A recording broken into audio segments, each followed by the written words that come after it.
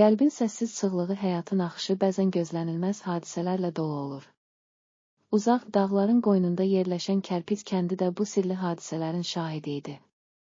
Kəndin dar, daşla örtülmüş küçələrində yaşayan insanlara əcdadların izləri, köhnə nağıllar və sirlərin ruhu əbədilik kimi bəslənirdi. Bu kənddə yaşayan gənc qız Aygün uşaqlığından bəri özünü bu sirli hekayələrin içində tapırdı.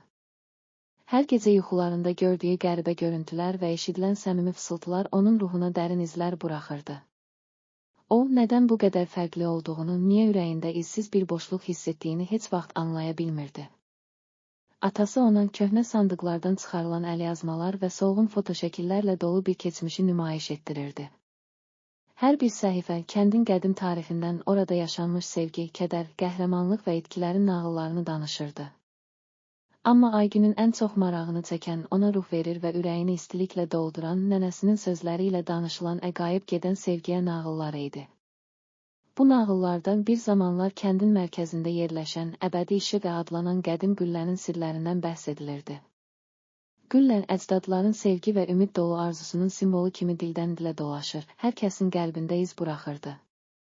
Bir səhər evin küncündə tozlu kitabxananın arxa tərəfində Aygün unudulmuş bir məktub tapdı. Məktubun zərif sətirləri illərin acısını və unudulmuş xatirələri özündə daşıyırdı. Məktubda belə yazılmışdı: Əziz Aygün, sənin qəlbinin dərinliyində əbədi bir səs var. O səs atalarının ürək çırpışlarında, qüllənin sirlərində gizlənib. Gəl, onun izini tap və öz yolunu işıqlandır. Məktubun sonunda isə yalnız əsassız çığlıq ifadəsi yer alırdı. Bu sirli çağırış Aygünün həyatını birdən-birə dəyişdirdi. Artıq o, özünü kənardan gələn bir səsin və çağırışın izləyicisi kimi hiss edirdi, qəlbindəki boşluğu dolduracaq cavabları tapmaq arzusu ilə doldu. Aygün, kəndin sərin səhər havasında dar daş yollardan addımlayaraq yola düşdü. Hər addımında öz içində unudulmuş hissləri oyandıran, atalarının sirlərini canlandıran xatirələr bir-bir səslənirdi. Kəndin keçmişi ilə gələcək arasındakı incə xətti anlamağa çalışan Aygün yol boyu qarşılaşdığı hər kəsdən bir dərs, bir məsləhət götürürdü. Kəndin yaşlılarından biri ona belə deyirdi: Hər insanın içində bir qüllə var, ona qulaq as və ürəyini dinlə. Sənin güllən sənə sirlərini danışacaq. Bu sözlər Aygünü daha da ruhlandırdı və o, öz yolunu dayanmadan davam etdirməyə qərar verdi. Yollar onu dağların ətəyində yerləşən qədim, sıx meşələrə aparırdı. Bu meşələrdə hər bir ağac, hər bir daş sanki keçmişin və gələcəyin səssiz şahidi idi. Hava sərin, amma ürəyində yanmış bir istilik hiss etdirirdi. Aygün meşənin dərinliyindən az qala hər tərəfdən gələn qəribə səslərlə əhatə olunmuş bir təbiətin qoynunda özünü sanki başqa aləmdə tapdı. Bir neçə addımdan sonra onun gözləri qarşısında uzun illər əvvəl tikilmiş qədim bir qüllənin qalıqları meydana çıxdı. Güllə sıx bitki örtüyü və təbiətin hüznlü rəngləri arasında unudulmuş bir sir kimi dayanırdı. Gülləyə yaxınlaşdıqca Aygünün ürəyində sayısız sual yaranmağa başladı. Niyə bu güllə bu qədər tərk edilmişdi? Onun içində hansı sirlər gizlənirdi?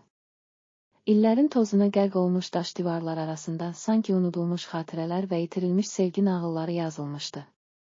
O, ağır daş qapıya əlini uzadıb toxunduqca qapının arxasından zəif bir işıq sızdı.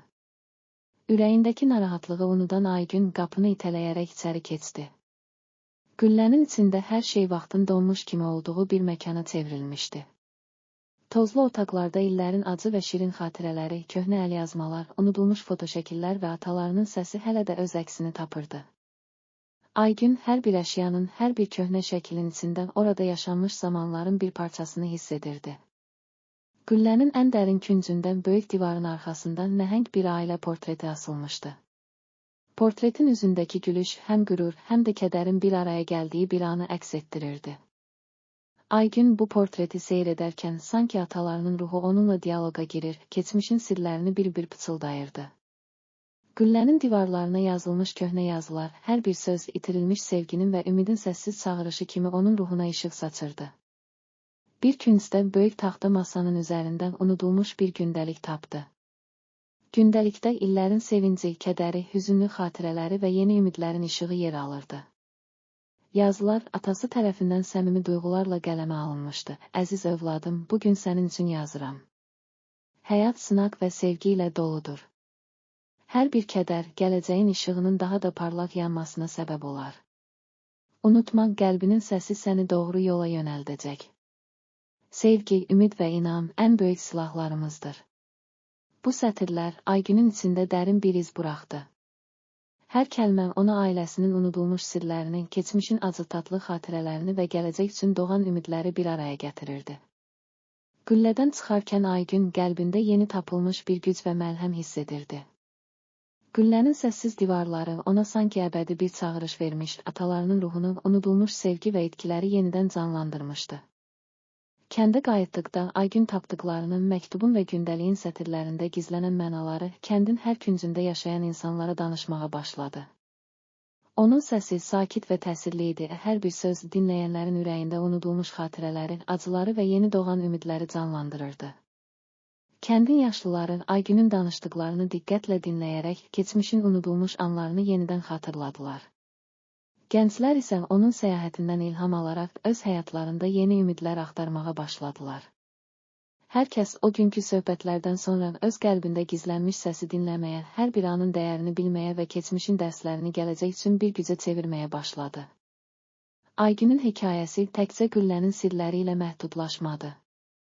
O, kəndin hər bir sakininin içində yaşanmış, unudulmuş sevgi və kədərin, ümid və itkilərin birləşdiyi bir nağıl idi. Hər kəs onun danışdıqlarını eşidəndə öz ürəklərində bir işıq yanır, keçmişin qaranlıq xatirələri yerini səmimi ümidlərə buraxırdı. Hər itki, hər kədər sanki yeni başlanğıcların, daha parlaq gələcəyin zəminini qoyurdu. Gecələr ulduzların səmanı parıldadıqca kəndin dar küçələrində toplaşan insanlar Aygünün tapdıqlarının, güllənin divarlarına oyulmuş köhnə sözləri və nəsildən nəsilə ötürülən sirləri dinləyirdilər. O, kəndin ürəyində hər kəs üçün bir ümid simvoluna çevrilmişdi. Onun səyahəti həyatın çətin yollarında belə ürəyimizdə yanan işığın, sevginin və inamın nə qədər güclü olduğunu bizə xatırladırdı. İllər keçdikcə Aygün öz izlərini kəndin tarixində daha da dərinləşdirdi. O, kəndin uşaqları üçün bir məktəb açdı. Burada keçmişin və gələcəyin bilikləri, ailə mirası və insanın qəlbində daşıdığı sirlər öyrədildi. Məktəbdə oxunan hər bir nağıl, hər bir hekayə kəndin tarixinə yeni bir səhifə əlavə edir, gələcək nəsillərə sevgi və ümidin əbədi dəyərini öyrədirdi. Uşaqlar Aygünün danışdığı hekayələrdən öyrənir, atalarının ruhunu hiss edir və öz qəlblərində daşıdıqları səsi kəşf edirdilər. Beləcə, Kərpic kəndi yalnız bir coğrafi məkan olaraq qalmadı, o, hər kəsin ürəyində keçmişlə gələcəyin kəsişdiyi, sevgi və ümidin birləşdiyi bir məkan oldu. Güllənin sirləri, Aygünün tapdıqları və kənd sakinlərinin paylaşdıqları hekayələr vasitəsilə nəsildən nəsilə ötürülən bir irs halına gəldi. Hər kəs həyatın hər anında ürəyindəki səsi dinləyərək qəlbinin səssiz çığlığını eşitdi. Bu hekayə unudulmuş sirlərin, itirilmiş sevginin və qəlbdə daşıdığımız sonsuz ümidin əbədiliyini bizə xatırladır. Hər birimizin içində bir güllə, bir səs var ki, o səs bizə həyatın əsl mənasını, sevginin və inamın gücünü danışır.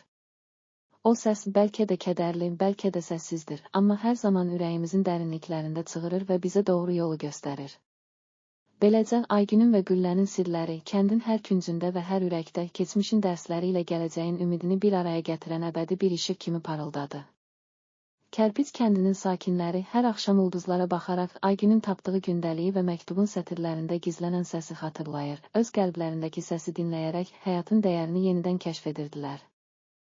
Hər kəs keçmişin izlərini daşıyan, amma gələcəyə ümidlə baxan bu nağılda öz izini buraxmağa çalışırdı. Beləliklə, qəlbin səssiz çığlığı yalnız bir nağıl deyil, həm də hər bir insanın içində yaşadığı sevinci və kədəri, ümid və itkiyi birləşdirən, qəlbin səsini dinləyərək doğru yolu tapmağın əbədi simvoluna çevrildi. Həyatın axışı davam edərkən hər birimiz Aygünün izindən gedərək öz qəlbimizin dərinliklərində gizlənmiş səsi tapmağa, onu eşitməyə və o səsin rəhbərliyi ilə yaşamağa çalışırıq. Bu səs bizə xatırladır ki, hər kədər, hər acı, hər itki, bütün bunlar keçicidir. Onların arxasında duran isə sevgi, ümid və inamın əbədi işığıdır. Hər birimiz öz həyatımızın gülləsini qururuq, bəzən o güllə dağlar kimi möhtəşəm, bəzən isə sakit və sükunət içində, amma hər halda içində yaşayan səsin, ürəyin səsi bizi həmişə doğru yola yönəldir. Beləliklə, Kərpic kəndində başlayan bu nağıl, hər kəsin içində yaşadığı dərin sirlərin, unudulmuş xatirələrin və yeni başlanğıcların əbədi rəngləri kimi zamanla daha da zənginləşərək gələcək nəsillərə də ilham verməyə davam edəcəkdir. Hər axşam ulduzların altında, hər ürəkdə sarsılmaz bir işıq yanacaq, çünki həyat qəlbin səsi ilə, səsküysüz, amma əbədi bir çığlıqla bizə danışır. İndi hər kəs öz qəlbinə qulaq asanda bu səssiz çığlıq ürəklərimizi birləşdirən, bizi doğuran və yenidən qurmağa imkan verən o əbədi işığın simvoluna çevrilir. Və hər kəs bilir ki, həqiqi güc həyatın hər anında içimizdə daşıdığımız sevgi və inamda yatır. Beləcə, qəlbin səssiz çığlığı adlı bu hekayə hər birimizin öz içində daşıdığı səsi kəşf etməsi və həyatın çətinlikləri qarşısında ümidlə irəliləməsi üçün bir yoldur. Hər kəs bu nağıldan ilham alaraq öz həyatında yeni səhifələr açır, keçmişin acı-tatlı xatirələrini gələcəyin parlaq ümidləri ilə birləşdirir. Və bu yolda hər addımda, hər baxışda qəlbin səsi, səssiz, amma həmişə canlı, bizə doğru yolu göstərir.